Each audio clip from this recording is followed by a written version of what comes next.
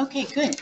Okay, let's, we've thrown a lot at you. There's been a lot of these presenters with a lot of information about approaches, different ways, systems that they're using for institutionalizing adaptive management, both by donors and by implementing organizations. And what we'd like to do now is thank you for recording on your sheets for after each presenter. We'd like to focus this last few minutes of discussion on the major barriers that you think you're facing, you will face in your organization to implement some of these approaches. Because we'd like to figure out, there's actually a working group that Annette is part of with the CMP that's looking at these barriers. So we'd like to get some feedback from you on what you think the barriers are. We still have Richard and Josh on the line with us. Thank you for staying with us, plus our folks in the room here who presented, who can then maybe address any of those barriers. We'll do a few of them now, and then we'll also be asking to collect some of your feedback that we can continue to consider in the working group. So I'm going to ask Catherine to come up and record some of your thoughts on our flip chart. Thanks, Catherine, who's also helping us organize this session. So I guess our first question is, across all these presenters and looking at your own organizations, what were what was a major barrier that you thought about as you looked at this and thought, oh, my organization would love to do this, but what? What are the barriers that you think you would encounter? And we just want to see how many people have those common barriers, and then we want to hear from our presenters if they had any advice on that. No barriers, that's great. Pip. This isn't so much a barrier. I guess the thing that a number of presenters touched on, but I wanted to just throw it out a bit, was that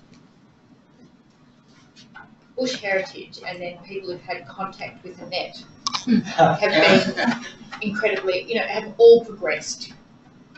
And I think it's really important to think about, well, what were the key factors in making that possible? Clone Annette. It's not so much clone. I think there's partly clone Annette, but I'm interested in Annette's views on this, because one of the things we did with Bush Heritage, and I'm sorry, I will about Bush Heritage, but we tried really strongly to think about was always being open to the idea that what we were doing was going to be really useful for Bush Heritage, but should be something that could be taken and used by others. And so when I look at a number of the other larger organisations and the approaches they're taking, I guess my conclusion is that would be really difficult to take and use for others, because you've changed the language, or you're using a proprietary system, or it's tucked away somewhere. And I go, so, I mean, if I think of the major thing which actually enables this to be taken, is that commitment to thinking about not only how you would use this to help your own organisation be more effective, but can we do it in such a way that it would be possible for us to share it? Mm-hmm. Okay, so major barrier for those on the line who maybe didn't hear Pip's comments is a commitment by an organization to actually do this, and thinking about sharing it. Thinking about sharing it. So moving out of that, how do we make a system? So one of my other previous employers was WWF, who was still trying to come up with a projects database. And it's now 14 years since I left, and they don't appear to have progressed a great deal. So it's all internal, and they can't resource it. Yeah. Nobody can resource this by themselves. And I kept going, how is this not apparent? Yeah. So yeah. I'm the other Stewart. Yeah. That's just walked into that space. And I think the challenge is that the project funding gets secured after the project planning needs to be done. So we've already identified this as projects that haven't got this fundamental planning underpinning it. It's not just the planning, and once the money's there, once the money's there, it's like full steam ahead. We've got to deliver now. The focus is on delivery. So it is that trade-off between, do we adapt along the process of delivering, and probably not be doing that as well as we could, because we haven't identified those upfront objectives. and how do we kind of do that planning upfront when we don't have that institutional backing. Okay, great. So we've got two things up on our flip chart here. A commitment to actually implementing these systems and then sharing them across the community, as well as funding for that planning phase. I just want to check before we go to the next one, how many other people identified this as a barrier? Did anybody else? Just raise your hand. Okay, well, yeah, I'd say probably 3/4 of the people in the room also saw this as a barrier. Okay, let's make a note of that. We'll take a couple more barriers and then we'll see if our panelists have any recommendations. Yes? Leadership commitment. Uh-huh. I think, you know, one of the things that I see common among the ones that's working is leadership commitment, whether it's, you know, more or, you know, TNC or, you know, Bush Heritage. Yep. They have the leadership commitment, and unless there is that commitment and Yep. Leadership sees the value in the open standards process, I don't think, yeah, it's good. Great point. We also heard that from Richard saying, you know, it was leadership at more, resonant. Yeah. How many other people in the room identified leadership in their organization as a possible barrier? Okay, a few hands in the room, maybe 30%. Feel that that was an issue. Thank you. Can I add a comment to what Annette just said? Yes, please. On the leadership and with reflection to the presentations we just had from the donors now, I think with something like USAID, like mandating resource chains and stuff, is like that's a clear incentive to kind of take up this approach, you know.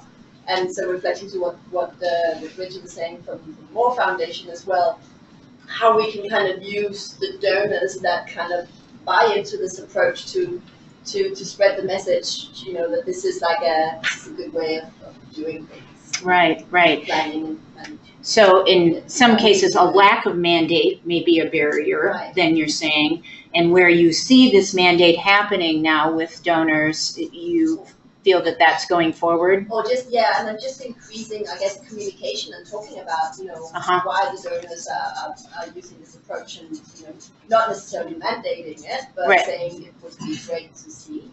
Great. So we need, are you saying we need to hear a stronger voice from donors sharing with others? Yes. Maybe a suggestion here for our donors on the line that you're, I guess, at your donor meetings with other donors, like the Biodiversity Donors Forum, that is shared. Okay.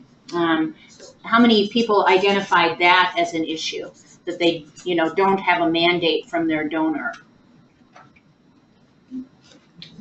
Okay, just a couple people. Okay, a few folks on that, 25%, 10%.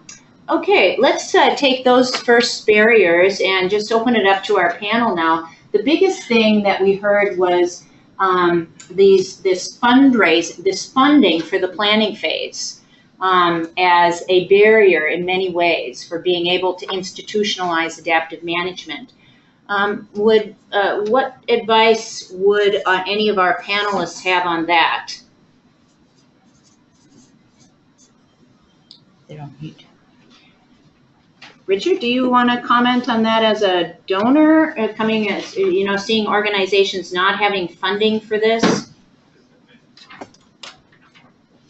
Looks like it's a hard one for me to answer, just because the, you know, I don't work in the environment program per se, but from what I've seen of the grants that I've reviewed to make sure that they're kind of in compliance with the way that the foundation is thinking about measurement, evaluation, and learning now, there are no limits to how much you can spend on planning. I mean, it's not to say that that the foundation is going to want to see 70% of the budget going to planning, but those organizations that have requested funding for planning, that planning process has been fully funded. So I don't see that as, at least in the case of the Moore Foundation, maybe the Moore Foundation is unique in that it understands that planning is really important and that it wants to invest in that planning process. I think the problem is more on the lack of the ask and the lack of a clear ask of how to do that planning. And if I could just comment on the two barriers in terms of kind of the systems and the demand from the donor side, and then actually leadership as well. I think that's where the whole planning part comes to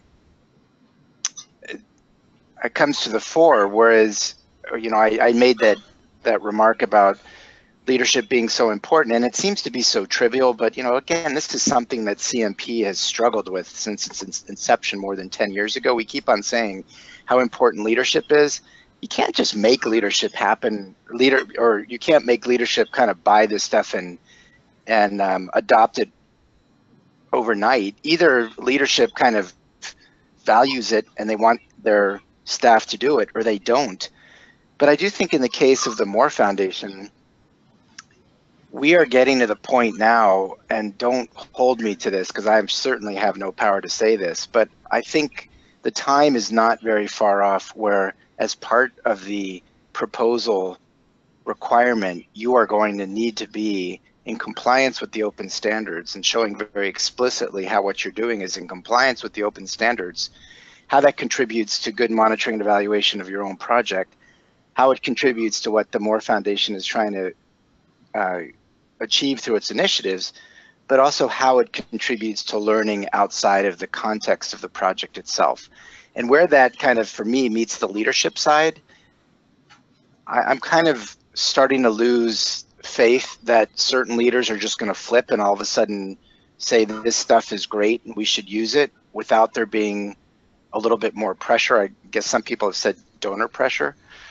But in this case, if all of a sudden the norm becomes that you have to be using the open standards and that more and more donors think that way, including the bilaterals like USAID, and then some of the big private foundations like the Moore Foundation, I think that is going to put pressure on on the leaders of some of the organizations that have been a little more resistant, that they're going to be able to, that the leaders are then almost not because they think it's so important, but realize that some of their funding is in jeopardy. And I mean, I hate to say that, but I think in some ways that kind of pressure is needed for some organizations to kind of flip and start using the open standards.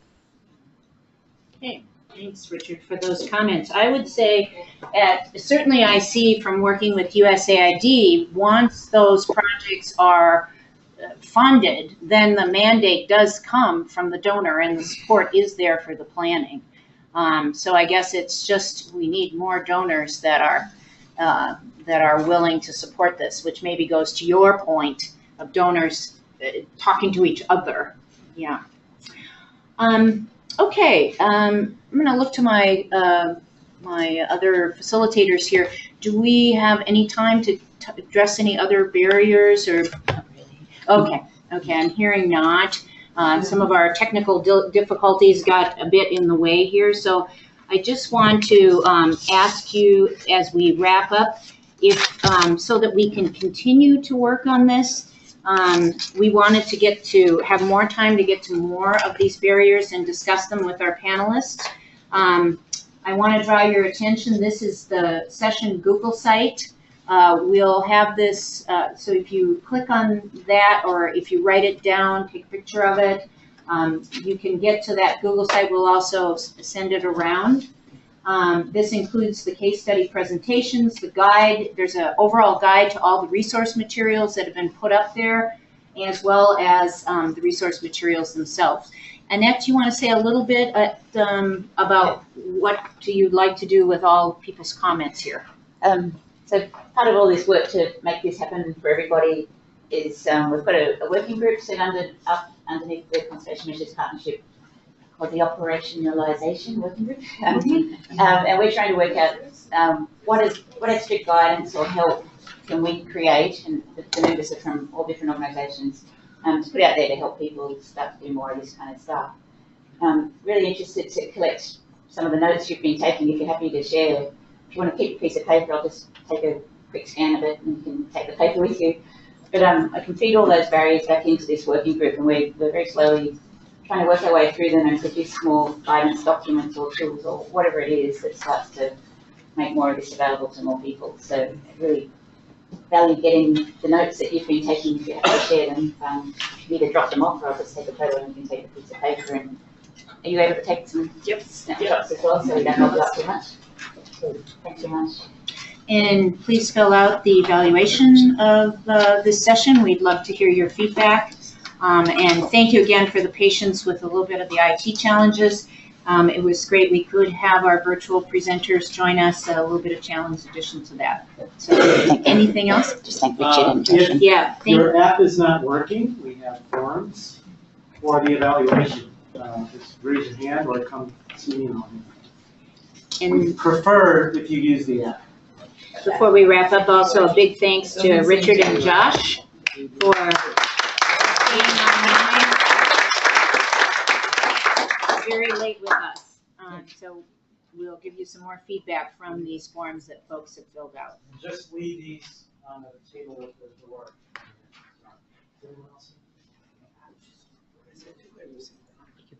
We have a recording of this session which we'll share, so you'll be able to go back to this and listen to any of these as well as look at the resources, and that all will be shared. Caroline? Would you mind just moving just so we could see the link to the? Sorry. Thank you. Yep. Good. This link will be posted, right?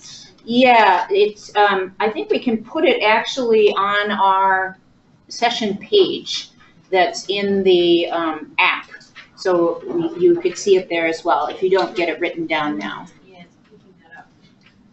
Are you getting there? No. Anybody getting to that point?